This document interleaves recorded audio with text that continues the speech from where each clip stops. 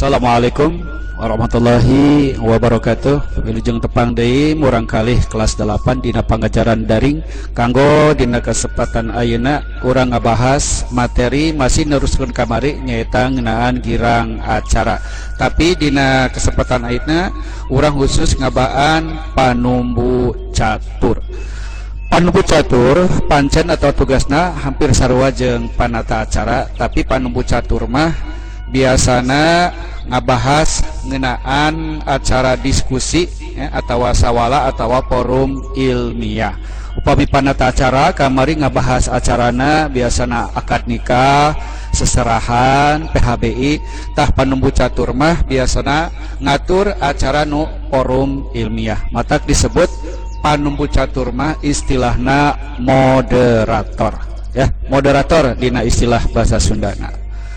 Tah naon wae ari pancen atawa tugas panumbu catur diantarana nyata muka jeung nutup acara.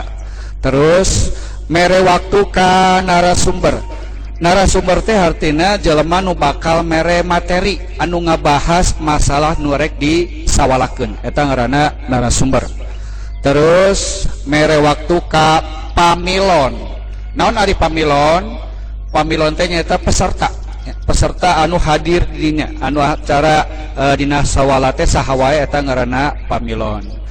Terus ngatur nu rek nanya ti pamilon. Jadi mere waktu pamilon sabaraha urang nu rek nanya, apakah 2 orang, 3 orang, ieu diatur ku panumbu catur. Terus ngatur tata tertib acara. Jadi dina acara diskusi kudu tertib, ya, ulah aya nu main HP misalnya, ulah aya nu kaluar, ulah wakaya nu jajan, ieu diatur ku panumbu catur. Terakhir pancena nyata nyindekeun. Nyindekeun teh berarti menyimpulkan, ya, bahasa Indonesia menyimpulkan hasil sawal. Taya pancen-pancengan omongan ieu urang tingali contona. Di dia aya salah sahiji contoh video anu keur ngayakeun acara sawala atawa diskusi. Mangga urang tingali. Urang di kelas 11 sampai 3 kelompok 2 bade naroskeun sawala dina kabersihan di sakola. Assalamualaikum warahmatullahi wabarakatuh. Waalaikumsalam warahmatullahi wabarakatuh. Saderek sadayana kelompok 2 ayeuna medar perkawis kabersihan di sakola. Supados nyangkolong kana waktos ka saderek panjajar Dedi, Nia, sareng pamirsa mangga ngadukikeun materina. Itu salah satu dina ngajuakeun aktivitas di sakola khususnya di taman kanak-kanak serta sekolah dasar. Dina mangsa ieu pentingna pisan pikeun nangkeun kabersihan pikeun kabeh aktivitas akademik miluan ibu siswa negeri nu ngajaga sakola.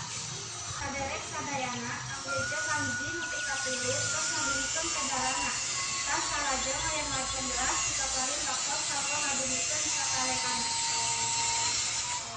Anu bade aktif adopsi teh kumaha carana menjaga lingkungan? Aya deui nu bade ditaloskeun. Benar urang kudu ngajaga lingkungan sekolah. Mangga panjajar hiji sareng 2 bade dijawab. Abdi bade ngajual pertanyaan fisika akan lingkungan bersih jeung sehat. Alhamdulillah saudara sekelompok urang tos rente. Atur nuhun kasadayana haturkeun direlakatan. Wassalamualaikum warahmatullahi wabarakatuh. Ilustrasina jadi kieu nya ilustrasinya di dia aya panumbu catur. Orang tulis panumbu catur. Di dia aya pangjejer atawa narasumber. Terus di dia aya notulen. Nah, ieu tugas anu tiluan tadi. Panumbu catur nu ngatur acara sawala ti awal nepi ka akhir diatur ku panumbu catur. Dimulai muka nepi ka nutup ngatur acara jeung mere waktu. Narasumber disebut ge pangjejer. Ya, anu mere materi naon nu rek dibahas dina eta sawala. Sedengkeun nutulen nuliskeun hasil jawaban jeung pertanyaan-pertanyaan ti pamilon. Nah, di mana ya pamilon? Biasana di dia, ya. Ieu pamilon. Nah, pamilon. Tah, settingannya seperti kieu.